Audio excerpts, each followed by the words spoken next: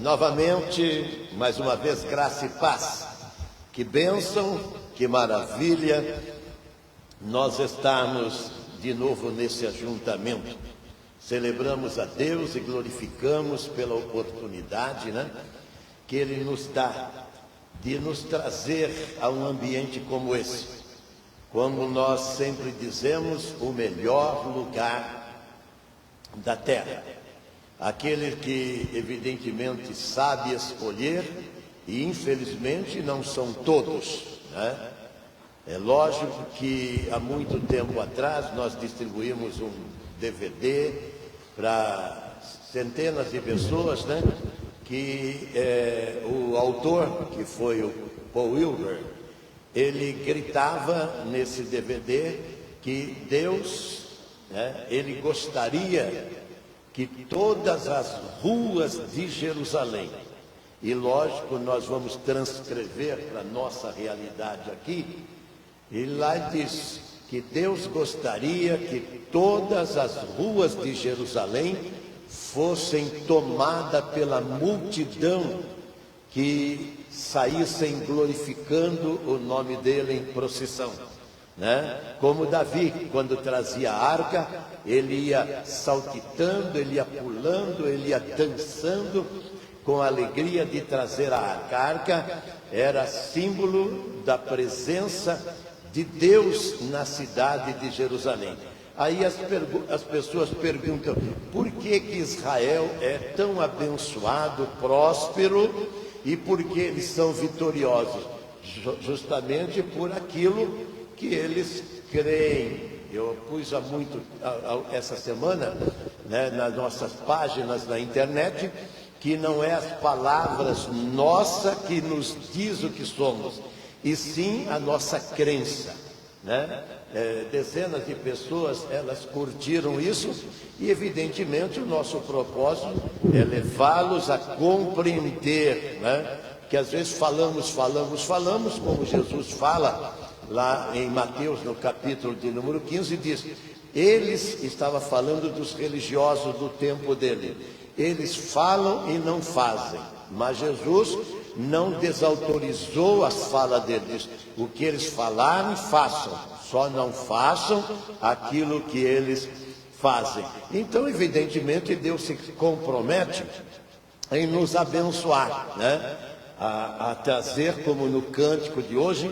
a nossa vitória. Ele vai, evidentemente, transformar aquilo que não é auspicioso, aquilo que não é festivo, aquilo que não é radiante nas nossas vidas, para ter o brilho que só Ele pode dar. Nós temos um Deus que é luz, gente. Se nós estamos aqui, estão nos vendo, se apagar os refletores aqui, a gente some daqui, a gente desaparece, ninguém só vai ouvir a voz, e olhe lá, entende? Mas a imagem não vai poder ser vista, não é mesmo? Porque apagou a luz, os refletores foram apagados. Então, quando nós temos a luz de Deus, e a Bíblia diz em João que Ele é luz, e Ele diz, quem andar em mim não vai tropeçar, porque quem tropeça, Ele diz lá em Mateus 11, que tropeça porque ele está na escuridão, na penumbra, ele está na noite. Então nós louvamos a Deus, porque nós estamos de volta neste, como dizemos, santo lugar. E aqueles que, evidentemente, eles ouvem, eles assistem, eles compartilham até, e queremos até incentivar a pegar as nossas mensagens, a nossa reunião aqui, e eles fazerem isso, compartilhar. Você que está nos ouvindo aí, compartilha, chama aí o seu parente, seu irmão, liga para ele agora mesmo, seu pai, sua mãe, seus irmãos, seus tios, enfim, sua família, e diga para eles sintonizar também, nesta frequência, para que eles sejam também alcançados por aquilo que evidentemente Deus quer que eles ouçam, que eles saibam e evidentemente que eles vivam. Hoje nós vamos falar de uma figura que ele estava como eu estive há 40 anos atrás, arruinado. Como está o nosso país e como está o mundo, está arruinado. O mundo está num estado de putrefação. Nós estamos como Lázaro estava, e como eu falei do capítulo 11, lá do João, lá no capítulo 11, Lázaro estava podre, putrefando, decompondo na sepultura. E quando eu estive lá, eu já, de vez em quando eu coloco, né, que faço uma mensagem, inclusive, do Senhor ressuscitando o Lázaro ali em Betânia. E evidentemente o mundo está dessa maneira, se decompondo, físico, moral e espiritual. Evidentemente, se está no físico e no moral, é porque o espiritual está como está. Eu ontem estive em Indaiatuba, como já falei para a igreja, agora para aqueles que estão ao vivo aí conosco, né? E lá nós passando na avenida, eu vi uma igreja que dá um tamanho de umas 3 ou 4 da nossa, com uma pessoa só, não vou falar a placa da igreja. É uma igreja que ela está no Brasil e fora do Brasil. O seu fundador até faleceu há uns 3 ou 4 anos atrás, né? E aí nós fomos para um lugar, né, que a minha filha estava nos levando, né? A esposa, a filha, que estava também, a outra filha e irmã, né? E aí nós fomos nesse lugar, que é um lugar atrativo, e lá tinha milhares de pessoas, porque havia apenas uma corrida. A população iam fazer uma competição lá, e você não imagina o volume de pessoas que estavam lá. Milhares e milhares de pessoas. A Bíblia diz, né, Paulo diz lá no capítulo 2 de Coríntios, que o que é espiritual, ele tem discernimento. E eu passei, e minha mulher, ela, né, comentou até a igreja como é que está. E eu olhei e vi que só tinha uma jovem lá, não tinha mais ninguém. Eu não sei se estava para acontecer o culto ou não, eu sei que só tinha uma pessoa, numa igreja com 3 ou 4 dimensão dessa nossa igreja. E de repente lá milhares de pessoas. Nós viemos antes de começar o evento, que ia começar às 8 horas, 20 horas da noite. Nós saímos lá 19h20, 19h30. Vocês não imaginam o volume de carro, uma verdadeira procissão de centenas de carros querendo chegar até lá. Sabe o que eles faziam? Eles largavam o carro e iam a pé, uma multidão de pessoas andando a pé, quilômetros a pé, e algumas com as camisetas, evidentemente, do clube delas, essas coisas todas. Eu até brinquei, né? Porque eles pagavam, cada um dos concorrentes, R$250. Gente, olha, aqui é de graça. Aqui é de graça. E lá eles pagam um volume de pessoas. E na igreja que estava aquela menina também é de graça. Porque a igreja do Senhor, como o próprio Senhor Jesus falou em Mateus 10, de graça recebeste, de graça dai. O evangelho é de graça. E o Isaías, no capítulo 55, vinde, comei e bebei de graça, Isaías fala, 700 anos antes de existir o Evangelho. O Evangelho veio com Cristo e escrito pelos discípulos depois de Cristo. Foi terminar praticamente no primeiro século, nos anos 100 do primeiro século. Que foi terminar, que foi a morte do João, do apóstolo São João. Então nós louvamos a Deus por estarmos aqui e querer que você, evidentemente, compactue conosco e você transmita aquilo, porque nós o fazemos despretensiosamente.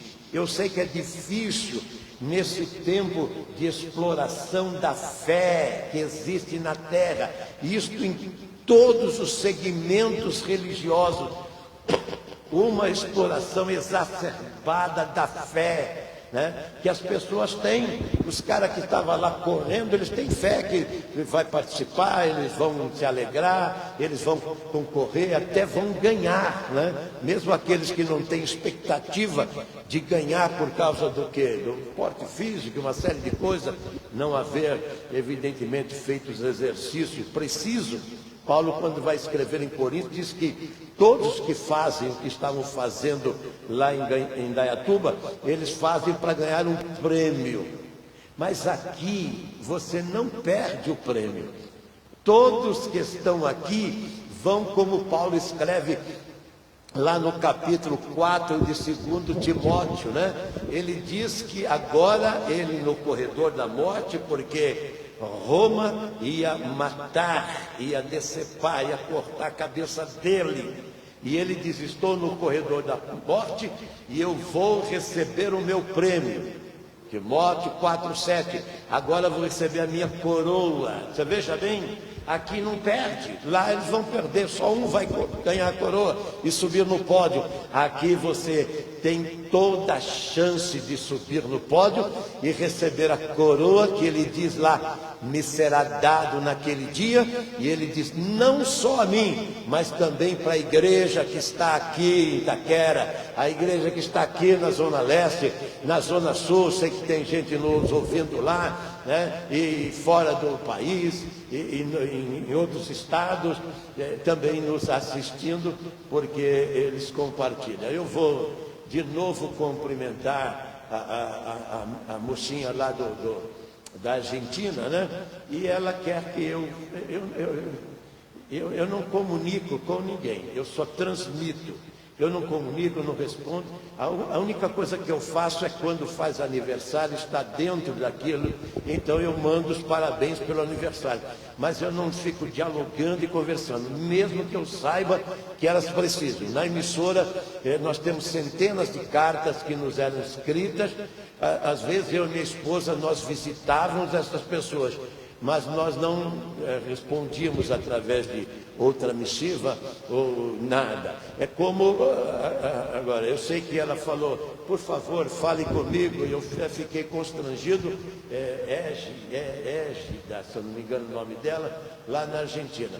Menina, Deus te abençoe, eu não canso de orar por você, não cesso de orar por você, e evidentemente eu quero que você aí, nesse país, né, que agora está voltando a ser um país, como esperamos que o nosso volte a ser também, né, você encontre uma igreja séria aí, e se você está olhando aquilo que nós trazemos, né, então que você vai ser orientada pelo Senhor para encontrar aí na Argentina uma igreja séria, não uma igreja comercial, mercenária, como está aqui proliferando no mundo todo e em particular nesse país.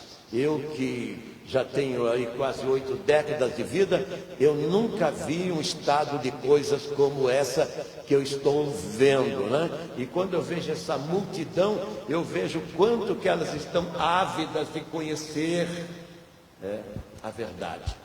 Mas só que elas caem nas mãos do que Paulo escreve.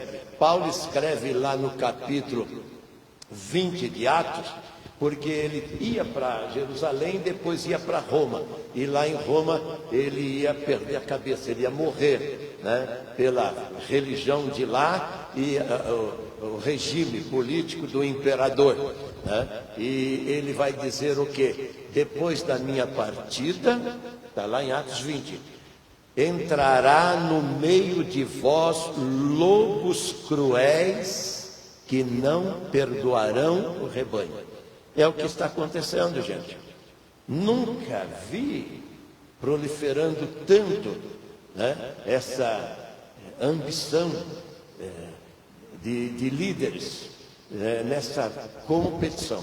Nós, sei que poderíamos chamar muitas pessoas, mas nós não temos esse propósito, né? Gostaríamos de ter todos que nos ouvem, nos assistem, né, compartilham, reunido conosco. O calor humano é importante, como é importante o calor humano, né?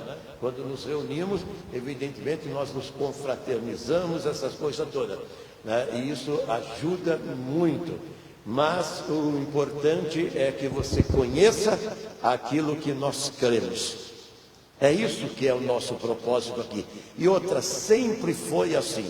Ao longo desses anos todos, sempre foi assim. Entendeu? Quando fizemos missões, concentração e tudo, foi evidentemente para anunciar, como Paulo escreve lá na carta aos Coríntios. Nós pregamos a Cristo crucificado. E ele ainda diz ali, nós não batizamos ninguém, ele diz. Não batizamos ninguém. Paulo está dizendo. E ele diz, eu só batizei, parece, ele diz lá, a família de Epatrovito. Olha que nome bom para você colocar se tiver um filho, né? Epatrovito. Mas ele diz, se eu batizei outras pessoas, não me lembro. Daí ele diz, porque Cristo me enviou não para batizar, mas para pregar o Evangelho. E eu gosto muito da fala dele, porque diz, não em sabedoria de palavra. Se Pedro falasse isso, ele não estaria sendo verdadeiro, porque Pedro era primário. Pedro, Tiago, João, André, Bartolomeu, Filipe, tantos eram primários. Mas Paulo não, Paulo era poliglota. Paulo falava no mínimo 5 idiomas. Entendeu? E ele diz, eu não falo com sabedoria de palavra, embora ele pudesse falar. Por quê? Ele diz, porque eu não aceito que a cruz de Cristo seja anulada. Você vê a importância que Paulo dava? É o nosso propósito aqui. Nós queremos que você creia que Cristo da cruz, a cruz de Cristo, ela é poderosa para transformar a sua vida e mudar o estado que você está vivendo. Uma multidão indo para um evento, isso 7h30 da noite, e eu não sei que horas que eles iam sair de lá, e um lugar bem isolado da cidade de Indaiatuba, mas bem isolado mesmo, entendeu? E eles estavam indo para lá, e a igreja estava com o número, vou colocar aqui, um número miserável de pessoas, de assistência. Uma jovem só eu a vi ali. Nós hoje vamos falar sobre o que Deus pode e quer fazer na sua vida. Vamos ler o capítulo de número 6 do livro de Juízes. Fala de um personagem muito conhecido e até explorado, né, pelos pregadores, que é o Gideão. E o capítulo 6 diz que, no verso 11, que um anjo de Deus veio e assentou-se debaixo do carvalho que estava em Ofra, que pertencia a Joás, a Birzita, e Gideão, seu filho, estava malhando trigo no lagar para o salvar dos tiranos midianitas. E o anjo do Senhor lhe apareceu e disse, o Senhor é contigo, homem valente. E respondeu Gideão, Senhor meu, se o Senhor é conosco, por que nos sobreveio tudo isto? E que é feito de todas as promessas maravilhosas que nossos pais nos contaram, dizendo, não nos fez o Senhor subir da terra do Egito, porém agora o Senhor nos desamparou e estamos à mercê das mãos dos midianitas. Agora vamos para o capítulo de número 7, que diz no verso 19, chegou, pois, Gideão e os 100 homens que estavam com ele e iam às imediações do arraial no princípio da vigília média, havendo se pouco tempo antes trocado a guarda, e tocaram as trombetas e quebraram os cântaros que traziam nas mãos, e assim tocaram as 3 companhias as trombetas e despedaçaram os cântaros e seguraram na mão esquerda as tochas e na mão direita as trombetas que tocavam e exclamavam: espada do Senhor e espada de Gideão. E permaneceram cada um no seu lugar ao redor do arraial, todo derrubou arraial, que todo deitou a correr e a gritar e a fugir. Vamos orar. Pai bendito, aqui está a tua palavra escolhida. Agora, Senhor, pedimos a teu auxílio e ajuda. Digna-te, Senhor, em ser conosco. O Senhor sabe não haver habilidade alguma nesta ferramenta que o Senhor escolheu nesta noite, que sou eu, para transmitir a tua mensagem. Então, ajuda-me a não falar nada de mim mesmo, mas aquilo que o Senhor quer que essas pessoas saibam. E abre os ouvidos e coração para ouvirem, eu te peço em nome de Jesus. Amém. Esse tempo desse personagem fantástico da Bíblia chamado Gideão, que Deus chama ele de valente e valoroso. Aí tem uma doutrina: Deus não chama os covardes. O Apocalipse 22:15 diz que os covardes, que são os tímidos lá, eles não vão entrar, e lá é entrar no reino de Deus. Então, para você crer em Deus, para ser salvo, você precisa ser valente. Por que tem que ser valente? Porque você tem que vencer você mesmo. Você tem que sair, daquela fantasia de que é feliz vivendo uma vida em oposição ao Criador. É o que estava vivendo Israel. E o mundo está vivendo assim, em oposição ao Criador. Por isso que o mundo está sofrendo. E aqui eles estão sofrendo, e sofrendo muito. Porque Deus deixou que os midianitas, inimigos de Israel, fizessem o que, evidentemente, o inimigo faz. O inimigo, quando chega na sua casa, ele não leva uma geladeira, nem um ar-condicionado, que agora, nesse tempo, a gente precisa tanto, somente lá em Indaiatuba. Graças a Deus, minha filha adquiriu um, e o ambiente lá ficou, evidentemente, melhor. Não vai te levar uma televisão de 60 polegadas, porque você tem apenas uma de 20. Não, não vai. Ele vai levar aquilo que você tem de precioso.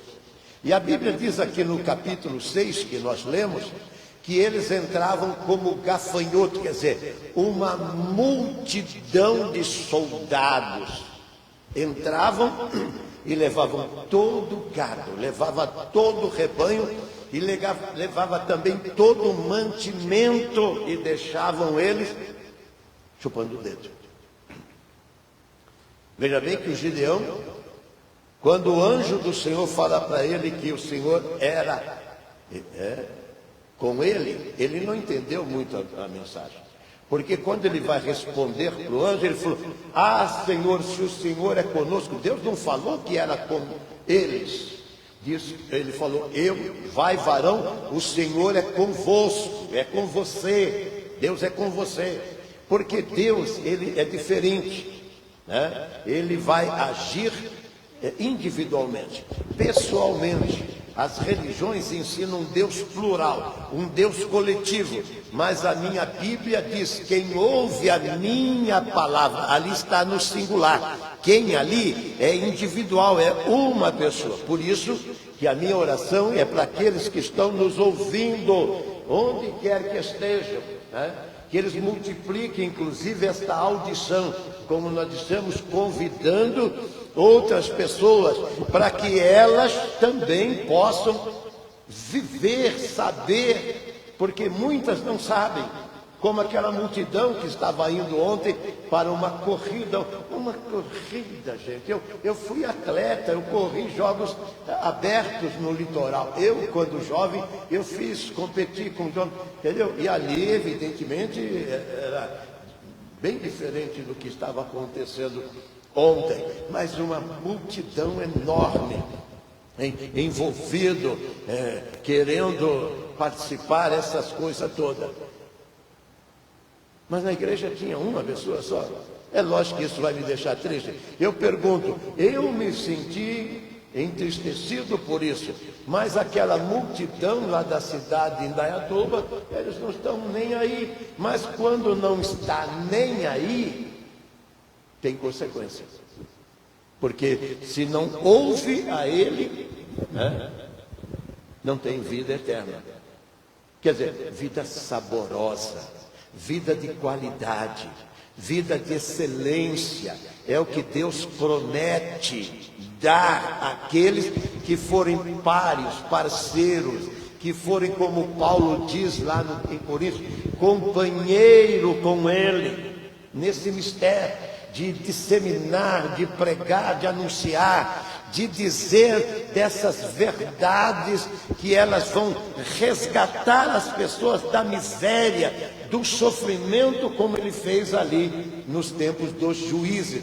Foram mais de 350 anos de tragédia desse povo amado, que é o povo de Israel, que não deixou de ser amado por Deus, porque Deus prometeu que amaria a Abraão, que foi o primeiro judeu, o primeiro israelita, o primeiro ancestral deles, para amar toda a descendência dele. Assim como Deus fez promessas, vocês já viram até minha filha dizer, quando ela estava vindo do México para o Equador, que o Senhor falou com ela no avião, e ela falou: eu fiz uma aliança com seu pai.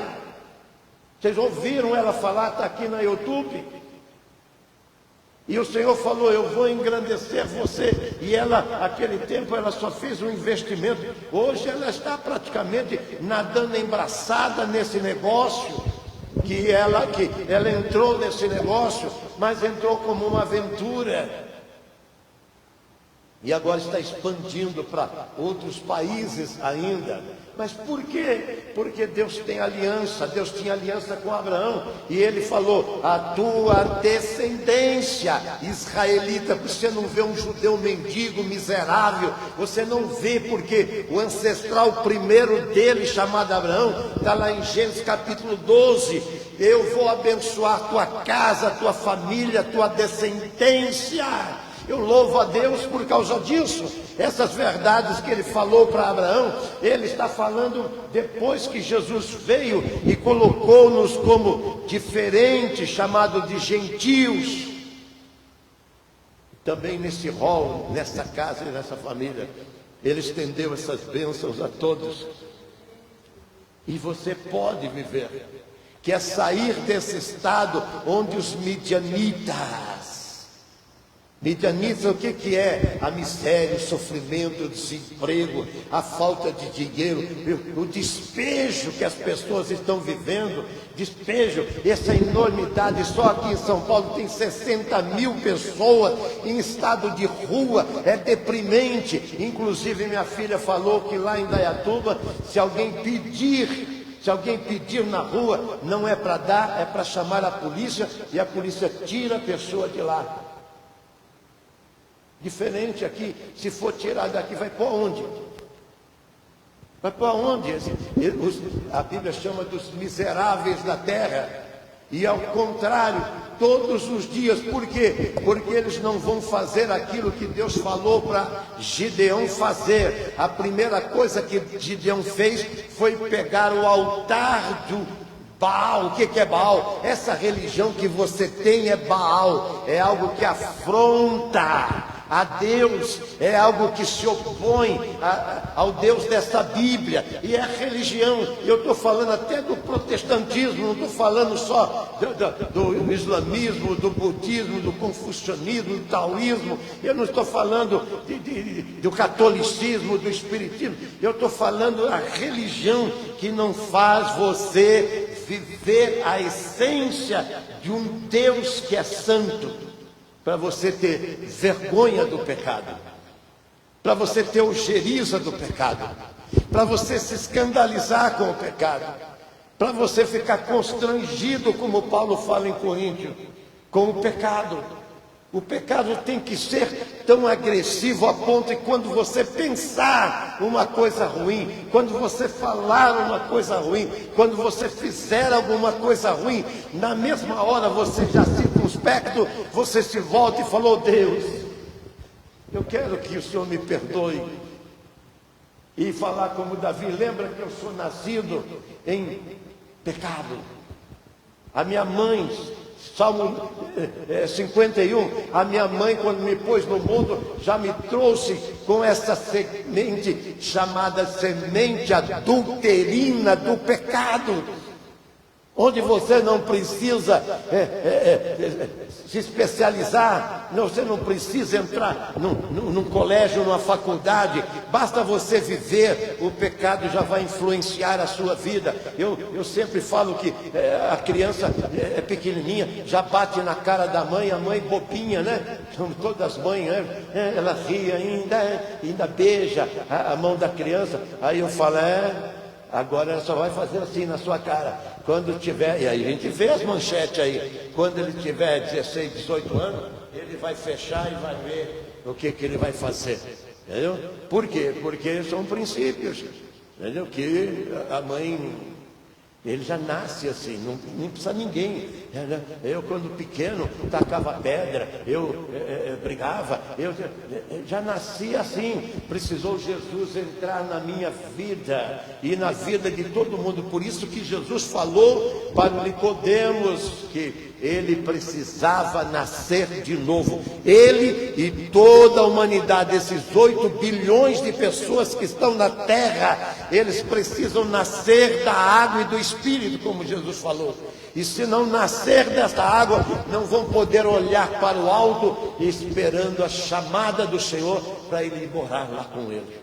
Aí a religião vai mentir, dizendo: morreu, vai para o céu. Mentira, isso daí do diabo. Mentira, você só vai entrar para o céu se você estiver em aliança, se você estiver em conformidade, andando ombro em ombro, para e passo, de mãos dadas com esse Deus. E você ser, como Paulo, né, diz, um com ele.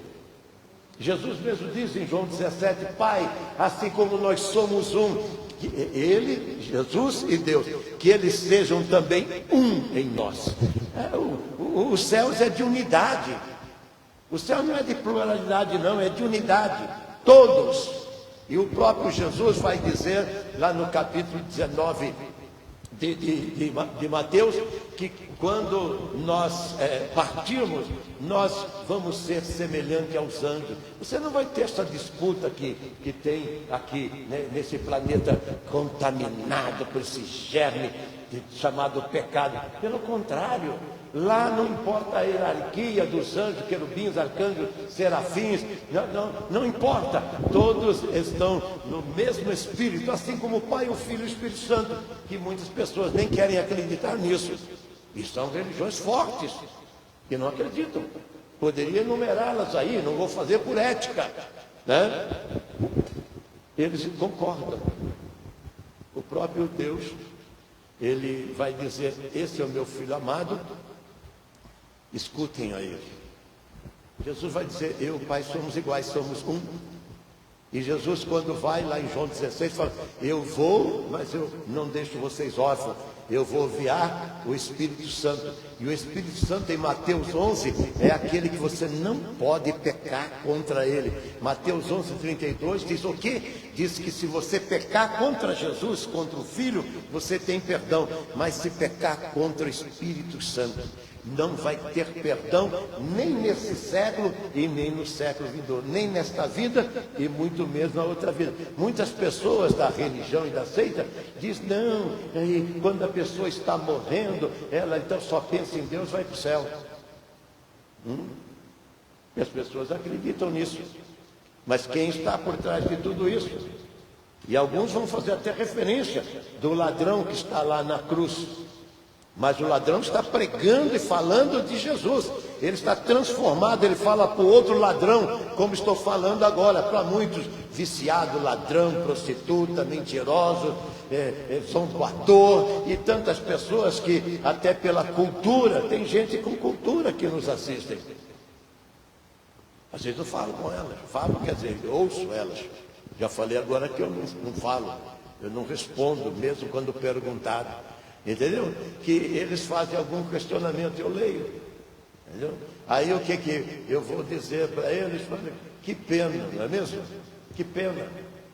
Eu quando olho um ateu, eu quando olho uma pessoa, um agnóstico, quando eu olho e vejo algumas pessoas que elas se opõem àquilo que nós cremos e pregamos, eu simplesmente falo, você está feliz, né, com o seu ateísmo?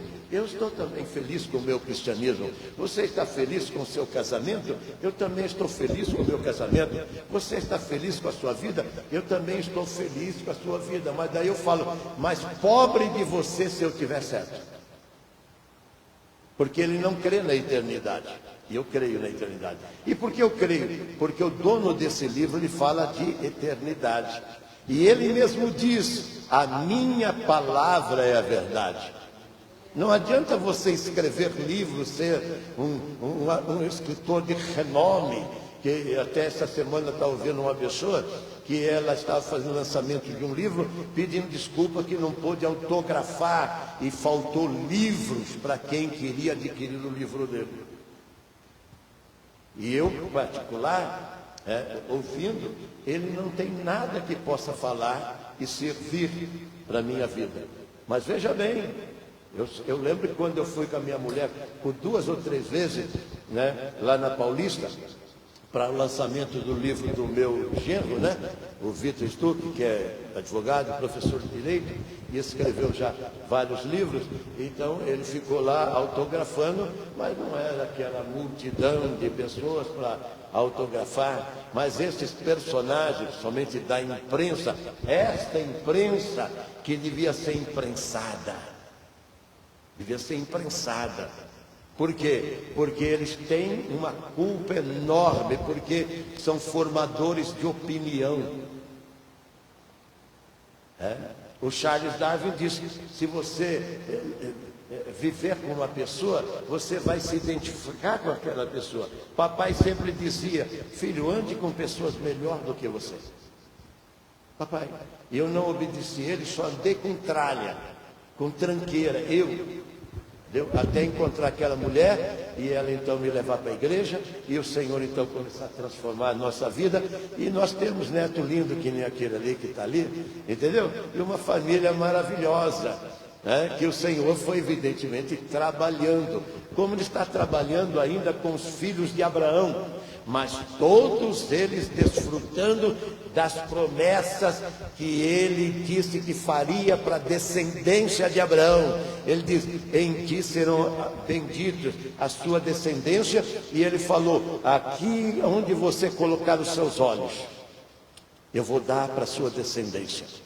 Então não adianta os árabes querer tirar eles de lá, porque o dono do planeta e de todos os planetas que está no cosmos, no espaço sideral, e eles não podem contar de inúmeros que são. Só na nossa Via Láctea tem 100 milhões de estrelas, só na nossa Via Láctea, entendeu?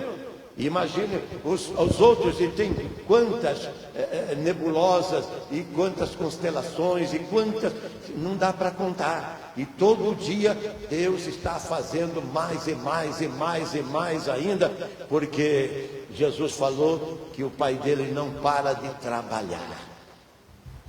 Ele não para de trabalhar, mas principalmente em favor do homem, que ele chama de suas ovelhas.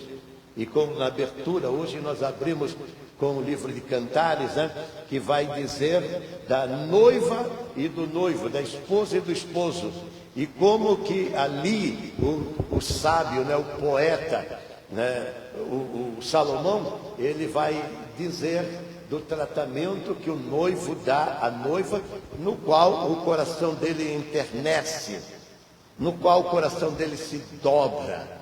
Como eu gosto de ver, né, esse sentimento fluindo, e eu, como já vivi, continuo vivendo esse sentimento com aquela senhora que está ali, então eu conheço de perto esse sentimento.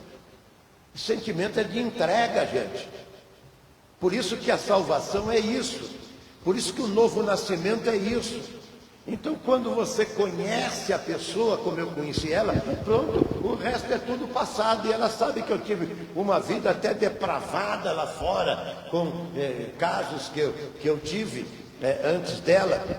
E assim como as pessoas, quando vêm para esse convívio aqui, para esse elo, para essa família, a gente vem com todas as depravações lá do passado. Que traz o quê? Que traz como trouxe nesses 350 anos de juízes, né? Em Israel, os inimigos, os amonitas, os edonitas, os amalequitas, os filisteus, os líbios, os sírios, os etíopes. É tanto inimigo que até hoje tem lá. Os rotis que estão atacando, agora os Estados Unidos atacou lá os rotis, os libaneses. Alô, Ibrahim! Eu sei que já não ouve mais a gente lá no Líbano, né? Pode ser que, né, vez ou outra, ele seja tentado, né, em nos escutar.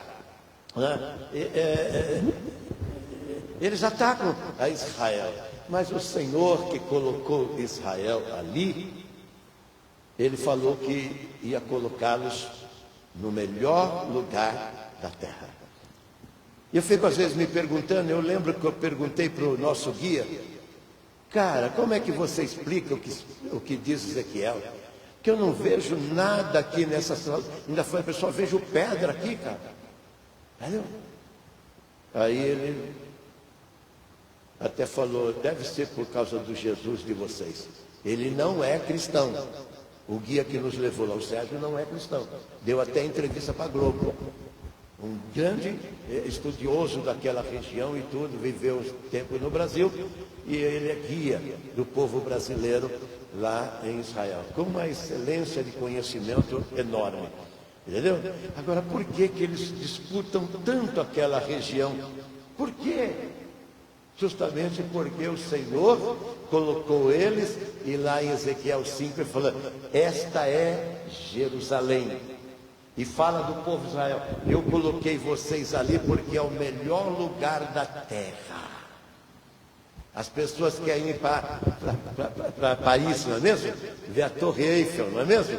Quer ir para Londres, olhar lá os museus, os monumentos, a catedral, que eu entrei, né? Na catedral de Westminster, é bonito as coisas, só que lá dentro, eu falei uma coisa, porque lá dentro está sepultado muitos bispos, assim como está lá em Roma, muitos papas têm, né? Falei para minha mulher, falei, aqui está faltando uma pessoa, e ela, né, falou quem? João Hus, ele deveria estar aqui, porque ele é que salvou e levou a Inglaterra a se voltar para Deus, assim como a nossa oração e o empenho todos que nós fazemos aqui na comunidade Palavra de Vida é para você se voltar para Deus, para você ter um encontro com o Senhor que vai dizer para você que você é forte e não pode ser um tímido, não pode ser um covarde, não só pode ser um que cruza os braços e fica, né, com a boca aberta esperando a morte chegar. Não, pelo contrário, você não vai aceitar o estado. O Gideão não aceitava o estado de vida que ele estava vivendo. Os outros, por quê? O que adianta eu fazer? Olha, não sei o que tem, eles levam tudo. Olha, coloquei o meu rebanho, já levaram, o meu gado já levaram, entendeu?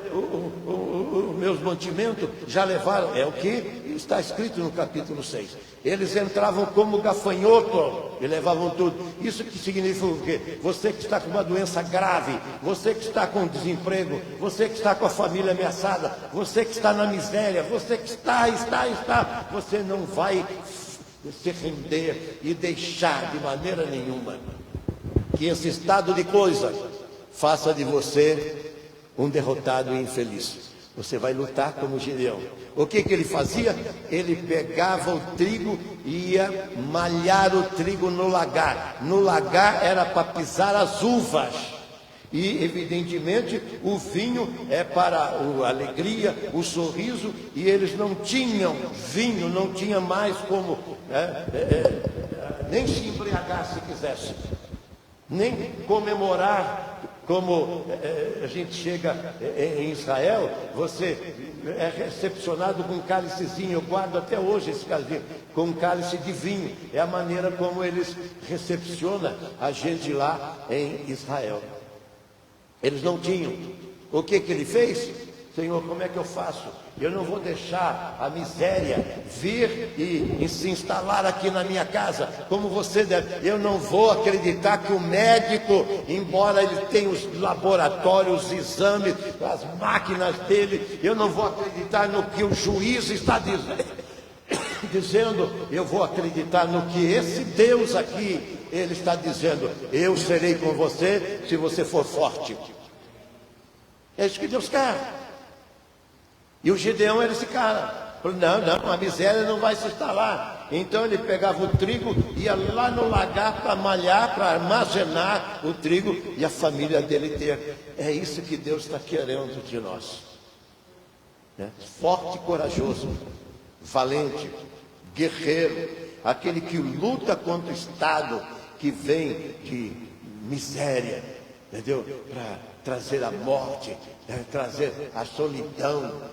Quantas pessoas podiam estar felizes, mas elas tiveram o quê? Elas tiveram insucesso no namoro, no noivado, no casamento. Nunca tivemos casamentos tão destruídos.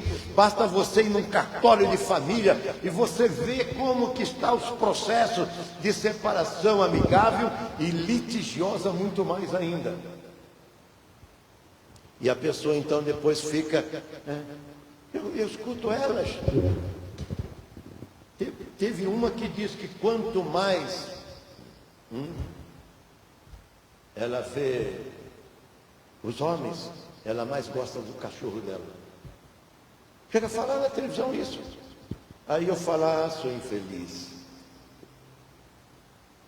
Você vai como o meu cachorro que foi no dia 6 de janeiro, embora eu fiquei até doente por causa dele. Você vai ver quanto que... E a vida dele foi apenas de 17 anos. Não vai alcançar que nem eu e a mulher 53 anos de vida conjugal, onde os dois estão sempre sendo o braço do outro, sendo esteio do outro, sendo a muleta do outro para o outro andar, quando não pode andar, sendo ajuda um para o outro. E Deus quer isso. Que você encontre uma pessoa e essa pessoa vai falar no seu coração e aí você vai dividir a sua vida com essa pessoa para uma eternidade. É assim que o Evangelho faz na vida das pessoas. O Evangelho não aceita que você se isole, que você fique num canto, que você se magoe por isso e por aquilo. Sabe por quê? Porque o Evangelho vem e transforma todas as coisas. A religião não, ela vai fazer só o exterior. É como você tomar um banho de loja. Não adianta você tomar um banho de loja. Eu vou a algumas reunião social, eu vejo as pessoas, parece que elas estão felizes. Até num restaurante, eu fico olhando, hoje mesmo no restaurante, eu fiquei olhando uma pessoa de lado, até ele deu uma olhada assim em mim, eu disfarcei. Entendeu? Eu estava comendo com a filha, a mulher, e tudo. Aí eu dei uma disfarce. Aí eu vejo a maneira como estão se tratando. A maneira como estão vivendo. Aí eu vejo, será que estão travestidos? A maioria estão travestidos de uma falsa felicidade. Entende? Mas por que não entrega o coração a Jesus? Por que não faz como Gideão?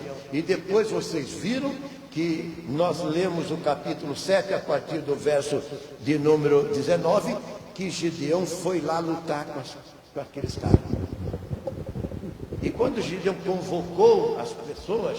Quem quer, entendeu, se insurgir contra esses caras, que vem a ruína com a gente, veio 32 mil pessoas. E Deus falou para lutar contra 1 milhão de pessoas. 32 mil parece que é bem desproporcional, né? Deus ainda fala, Gideão, tem muita gente com você. Então, conversa com eles, fala para eles quem está com medo. Sabe quantas pessoas estavam com medo? 22 mil pessoas. Quando sobraram 10 mil pessoas, ainda Deus disse, Gideão, ainda tem muita gente, 10 mil pessoas para lutar com 1 milhão de pessoas. desce lá no rio, vai até a fonte, chamada Fonte de Gedeão, estive lá. E aquele que ele se deitar para beber água, estão sedentos e famintos, como o cão que lambe as águas, separa ele. Mas aqueles que pegarem água com a mão e levarem à boca, separa eles. Quantos? 300 só. 9.700 estavam tão cansados que foram e se jogaram com a boca na água para se saciarem. Aí Deus fala, manda eles embora. Aí o Gideão fica com 300.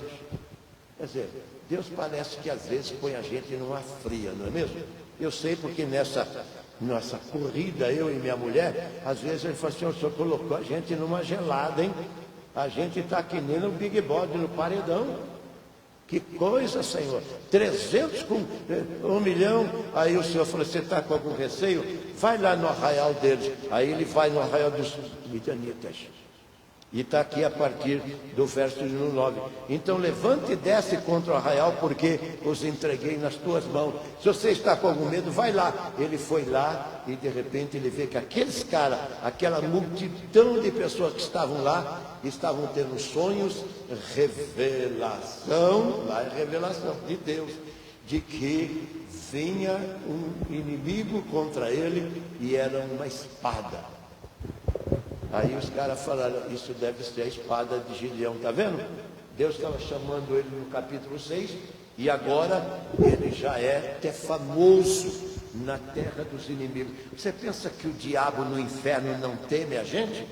Ele teme a gente. Nós somos famosos lá, viu?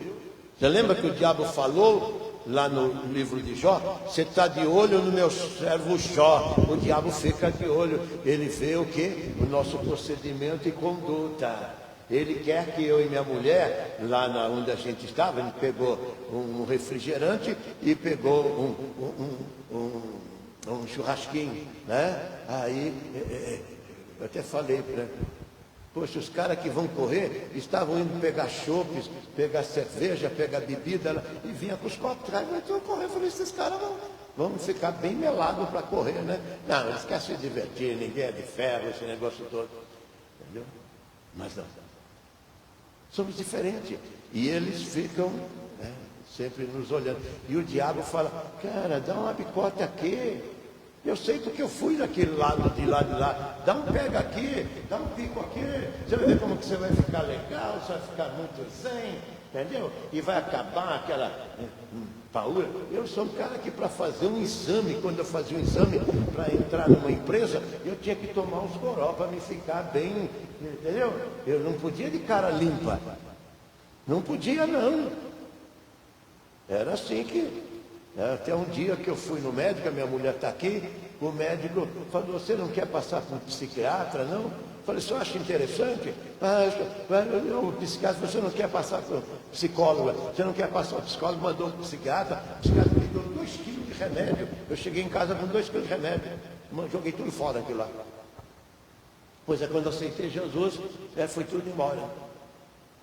Porque a minha Bíblia diz, em Gênesis 17, eu sou o Deus que te sara.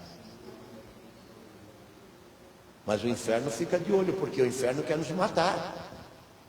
O meu carro, esse carro que está na ponta, quando chegamos lá em Dayatuba, ele faz um barulho enorme que minha filha e o marido dela olhou, falou, vai que é isso aí? Até brinquei. É porque ele está reclamando que eu dei para o seu marido dirigir o carro. E falou, porque você judia de mim? Eu cuido de você, eu levo você para lá e para cá, você me deixa ele não tratar desse jeito? Aí eu orei e falei, Senhor, eu vou voltar com esse carro e amanhã nós temos culto. Entendeu? E a Cidéia viu o barulhão que ele fez. Pergunta para ela se ele fez barulhão. Não fez mais. Assim, quando eu fui casar, aconteceu isso há 15, 20 anos atrás, sei lá quantos anos atrás, né? Lá em São José do Rio Preto, na volta o carro apagava todo, acabava a luz, eu a 100 e poucos por hora, acabava a luz 1 hora da manhã, e eu estou a 100 por hora, não tem farol, no carro apagado, tudo escuro. Aí eu falava, sai capeta! Aí o carro pegava de novo, isso fez umas 3 ou 4 ou 5 vezes, né, bem? Quando chegou aqui, eu falei, vou levar o carro no eletricista. O cara falou, não tem nada seu carro. Falei, é a mão do capeta que queria fazer a arte dele. Mas ele pode até pôr armadilha, mas não dispara. Que nem o bandido que puxou o revólver para mim. Mas não adianta ele puxar aqui, que o gatilho não vai pegar a agulha não vai pegar, porque o Senhor diz, eu serei convosco por onde quer que fores. E aí o que aconteceu? Gedeão vai com cântaros, igual isso daqui, ó, cântaros. Ele vai com cântaro, vai com tocha e vai com trombeta. Quem é que vai para a guerra desse jeito? Quem é? Deus parece que coloca a gente em cada furada, não é mesmo? Aí o Senhor pegou e falou, separa esses 30, fica 100 com você, 100, e cerca o arraial. Aí quando eles quebraram os cântaros, acenderam a tocha e tocaram as trombetas, o poder de Deus veio e o arraial dos midianitas ficou um inferno. É assim que Deus faz com o diabo. O diabo é aquele que quer te destruir, e o diabo quer dizer, é o advogado, é o delegado, é a polícia, é o bandido, é o traficante, é o desemprego, é o amante, é a prostituta que quer destruir o seu casamento, entendeu? É aquele miserável que ele quer enfermar você. E de repente você vai como eu fui, ó, vai aqui. Vou lá com metade do pulmão destruído. E eu até olhava aquela porta e falava, Senhor, será que eu vou sair de lá? Como que eu... Não tem outra porta para sair de lá? Só tem uma porta. Você entra, mas você não sabe como sai. Mas eu ali naquele leito, com aquelas máquinas todas ligadas, e o cara queria me entubar ainda. Primeira proposta do baixinho lá. Vamos entubar ele. Aí eu só olhei para ele e falei, não é prematuro, doutor? Pronto, Deus já pegou aquela palavra, ele olhou para a enfermeira e falou, liga as máquinas nele. Aí começou aquelas picadas, eu amo tanto picada. Você não imagina como anda com essa picada. Na barriga, até nos olhos picaram. Injeção de mim ali, entendeu? Aí eu olhava aquela porta e falava, eu não sei como vou sair ali, Senhor, mas eu sei que eu vou ter que sair por ali. E se eu sair sem vida, é porque eu vou acordar nos seus braços. Como é gostoso essa segurança que Ele nos dá. Então você vai lutar com 300 e lutar contra 1 milhão, mas você vai sem medo. Por quê? Porque o Senhor diz, eu sou com você, por onde quer que andares. Eu vou estar com você à frente. O Senhor não vai na retaguarda, Ele vai na frente, na vanguarda. Ele vai estar, como Ele diz, abrindo as portas e criando caminhos para a gente ter sucesso na vida. A proposta dele é para todos que ouvirem. E a minha pergunta é para os presentes, os que estão também aí nessa live. Você quer fazer parte dos vitoriosos vencedores? Você quer derrotar aquilo que está te destruindo, como os midianitas destruíam o povo de Israel? Então Deus diz, vai nesta força que vai livrar. Você vai livrar sua vida, seu lar, sua família, seu negócio, sua empresa, o seu emprego que outro está querendo e tanto. O Senhor vai livrar. Amém? Vamos ficar em pé? Deus e Pai, obrigado pela Tua palavra.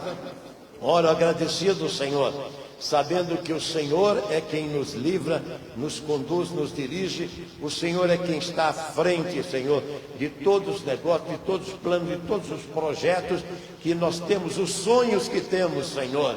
E se há alguém, e há, Senhor, nesse momento, pessoas frustradas, pessoas desanimadas, solitárias, pessoas que estão absortas, Senhor, com o que está acontecendo com elas, dá fé a esse coração para elas crerem, Senhor, e terem força de Ti para sair desse estado. É o que eu te peço, por amor de Jesus.